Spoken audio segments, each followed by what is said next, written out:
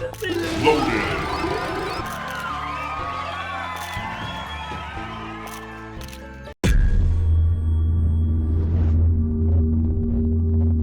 Hello, as always, I am Cosmic, and today I'm going to be reviewing Death by GameShow, a tower defense strategy hybrid developed by Oointah. Now, the game is inspired by Mike Judge films such as Office Space. The game itself is set in the 26th century, whereby robots are a common thing, and the world is very Futurama style, kind of with its odd and quirkiness about it.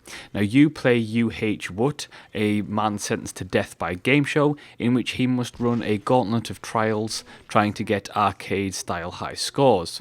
Now, each round of the game show, your character is dropped onto a planet chained to the game show intimidation machine of pawnage, otherwise known as the GIMP. The machine spawns droids and buildings in which you must use to survive until a rocket arrives to take you back to the main set of the game show. It's a fairly simple premise that works around a traditional 2D side-scrolling tower defense system. The basic gameplay of the game is fairly simple, as it's just your bog standard tower defense style game. Spawn enough bots to take out the enemy waves, all the while protecting yourself and the attached GIMP. As you progress, and depending on whether you meet the score-based objectives, you'll unlock more robots and structures. Now, structures themselves have a variety of purposes, such as boosting production time of your robots.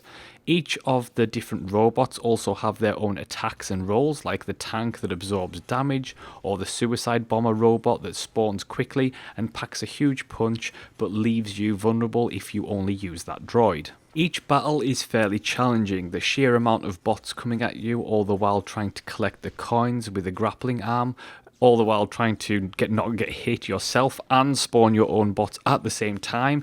It's all a bit of a mess, and it does keep things engaging. While the multitude of tasks at hand in the battle itself is good, the problem comes in the form of the UI. Not only is the UI so small and out of the way that it completely detracts from watching what's actually happening on the screen, the hotbar itself has no hotkeys, meaning that you have to click to activate everything, which is not only bad design, especially for a PC game, but it leaves me with the sneaking suspicion that it was designed with a mobile port intended, and it was just easier not to have hotkeys.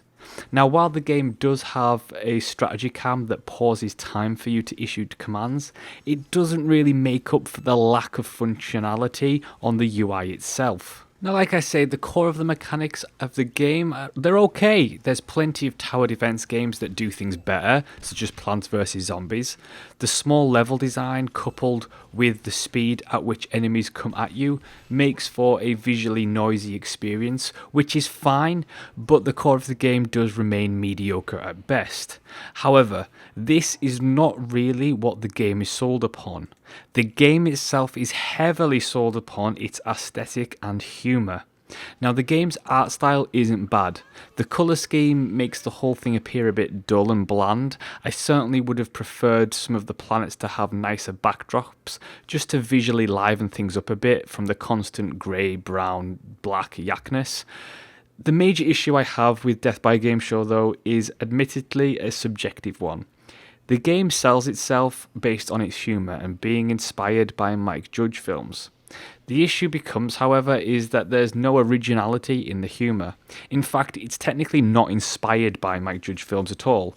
It's these often jokes that they put in the game are in fact just movie quotes and references.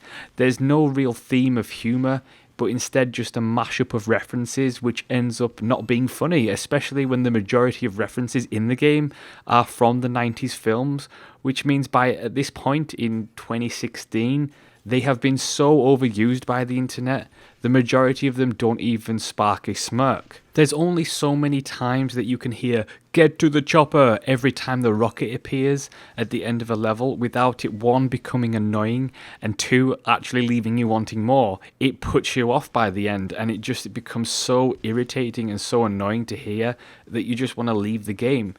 It's tough for tower defense games to be creative and inventive with mechanics, and it's often the aesthetic mixed with the mechanics that separates the good from bad. That's not to say that Death by Game Show is a bad game, but the overused references boorish art style mixed with the UI problems make this something that you simply don't want to put much effort into seeing through, which is a major problem considering that the game does really pack in a lot of challenging difficulty. There's nothing that narratively drives me to see out the end of the game. There's nothing that makes me care about the main character, and all the humour sets out to do is slowly wear down your patience until you quit and you just don't come back. Really, every time I picked up this game, I was forcing myself to do it each and every single time. Every time I died and had to replay a level, I was forcing myself to do it. It was not a joy to get through in the slightest. And I think that's just a big shame, because while it's an okay tower defense game, I think if you strip the aesthetic, you stripped all that crappy humor away and put in something more interesting, you would have a legitimately interesting tower defense game that I may be interested to play. I think that there is good progression in the game. The mechanics are okay. There's nothing particularly bad in there at all.